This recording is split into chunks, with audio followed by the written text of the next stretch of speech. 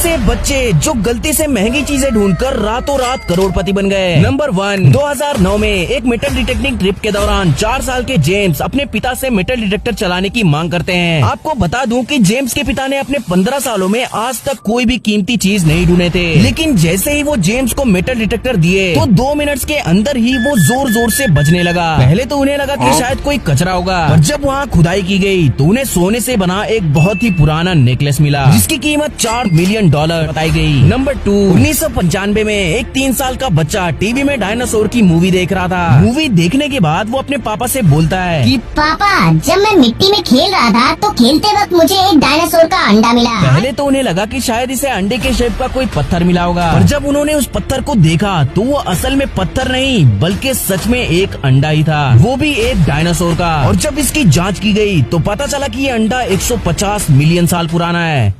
आप कितने रेयर हो, चलिए जानते हैं। सबसे पहले अगर आप 29 फरवरी के दिन पैदा हुए थे, जो 4 साल में एक बार आता है, तो आप दुनिया के 0.9% में शामिल हो। नेक्स्ट, अगर आपकी आंखें ग्रीन कलर की हैं, तो आप उन दुनिया के 2% में आते हो जिनके पास ग्रीन आंखें हैं। इसके बाद है ब्लू आई कलर, जो सिर्फ दुनिया के 8% लोगों के पास ही है। नेक्स्ट, 83% लोग अपनी टंग को ऐसे मोड़ सकते हैं, पर सिर्फ 14.7% लोग ही ऐसे हैं जो अपनी टंग को कुछ इस तरीके से मोड़ सकते हैं। नेक्स्ट, दुनिया के सिर्फ 10% लोगों के पास मोटन स्टो है। इसमें इंसान के पैर की दूसरी उंगली उनके अंगूठे से बड़ी होती है। तो अगर आपकी दूसरी उंगली आपके अंगूठे से बड़ी है तो आप दुनिया के 10% लोगों में शामिल हो। नेक्स्ट, दुनिया के 30% लोग अपनी नोज को ऐसे फुला सकते हैं, और सिर्फ 10% लोग ही अपने ईयर्स को ऐसे आगे पीछे मूव कर सकते हैं।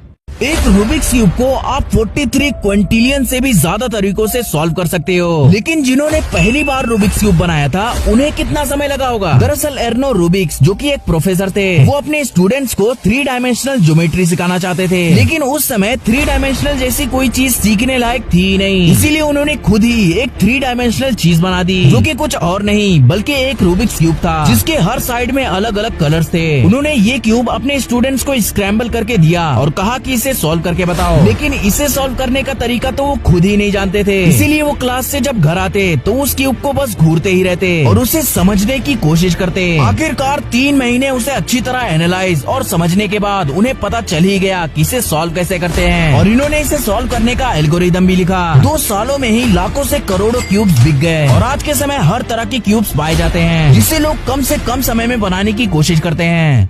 आपने भी गूगल पर ये I am not a robot वाला कैप्चा जरूर किया होगा, जिसमें वो आपको कभी कार ढूंढने बोलता है तो कभी बस। अब कई लोगों को लगता है कि ये सिर्फ सिक्योरिटी टेस्ट है, जो कि ये बताता है कि सामने वाला यूजर इंसान है या फिर रोबोट, और आपको भी यही लगता होगा। अगर लगता है तो आप बिल्कुल गलत हो, क्योंकि अगर आप नोटिस करोगे तो ज्यादातर कैप्चास या तो ट्रैफिक लाइट्स या फिर क्रॉस वॉक या तो रोड एक्टिविटीज से रिलेटेड ही होते हैं। वेल, ऐसा इसलिए क्योंकि जब आप कोई कैप्चा को पूरा करते हो तो आपका डाटा स्टोर कर लिया जाता है, और यही डाटा असल में सेल्फ ड्राइविंग कार्स को एक्सीडेंट से बचाता है। मतलब इनडायरेक्टली इस कैप्चा को करने की वजह से कई एक्सीडेंट्स नहीं हो पाते।